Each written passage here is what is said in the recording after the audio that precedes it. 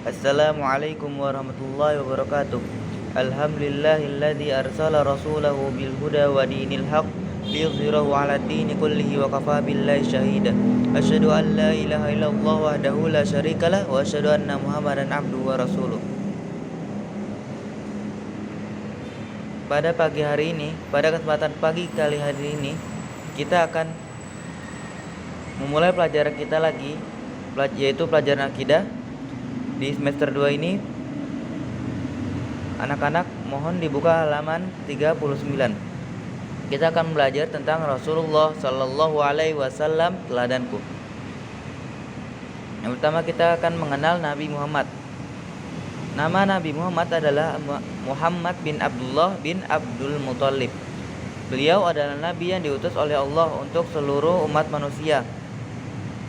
Allah mengutus beliau Sallallahu Alaihi Wasallam untuk menyeru dan mengajar manusia agar beribadah pada Allah saja dan meninggalkan segala bentuk ibadah pada selainnya.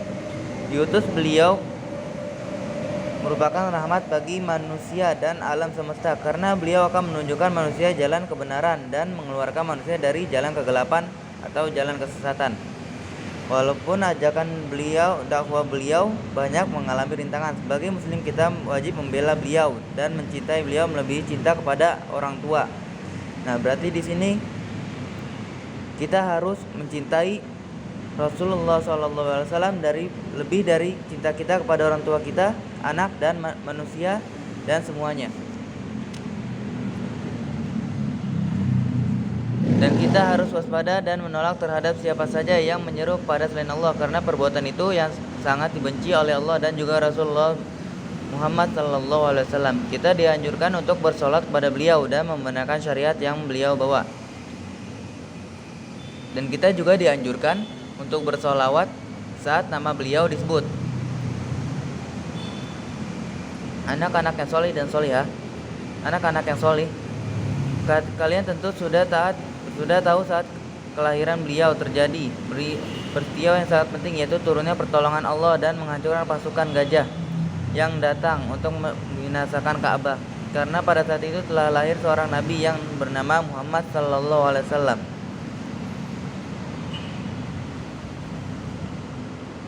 Perintah wajib menaati Rasulullah. Barang siapa yang menaati Rasulullah Sallallahu Alaihi Wasallam akan masuk surga. Dan barang siapa durhaka kepada Rasulullah Sallallahu Alaihi Wasallam akan masuk neraka. Maka wajib bagiku mencintai Rasulullah dan menaatinya. Rasulullah Sallallahu Alaihi Wasallam sabda, almar'u ma'aman ahabba, rawahul Bukhari. Seseorang itu akan bersama orang yang dicintainya.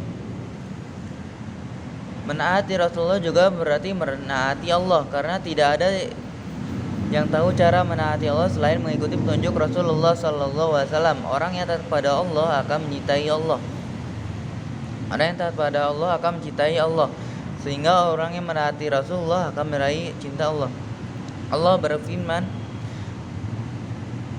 Qul in kuntum tuhibbunallaha fattabi'uni yuhibbukumullah wa yaghfir lakum dzunubakum.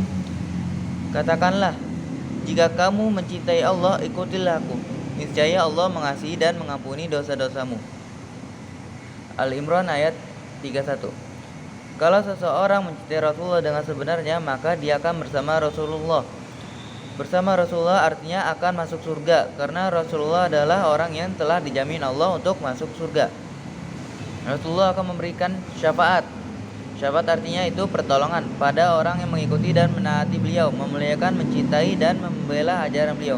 Adapun orang yang menyelisihi dan mengingkari ajaran beliau akan ditimpakan padanya azab di dunia dan azab yang pedih pada hari kiamat atau di akhirat.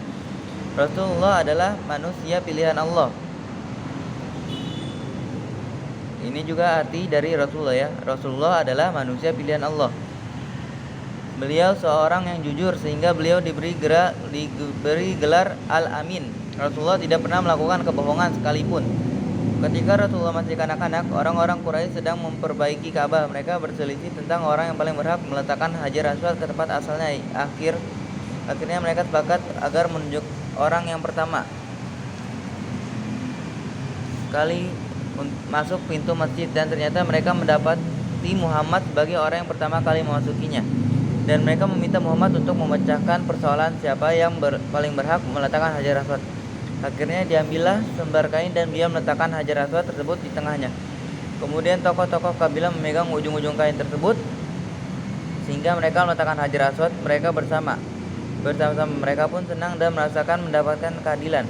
Mereka memuji Muhammad Sallallahu Alaihi Wasallam dengan Al-Amin, artinya yang terpercaya. Nabi Muhammad juga dikenal sebagai orang yang pemaaf. Beliau memaafkan orang-orang yang pernah memusuhi beliau, bahkan beliau membalas kejahatan musuhnya dengan kebaikan.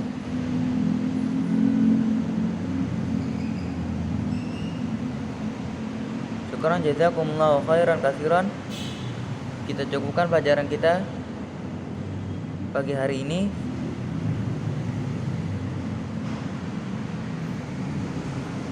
Assalamualaikum warahmatullahi wabarakatuh.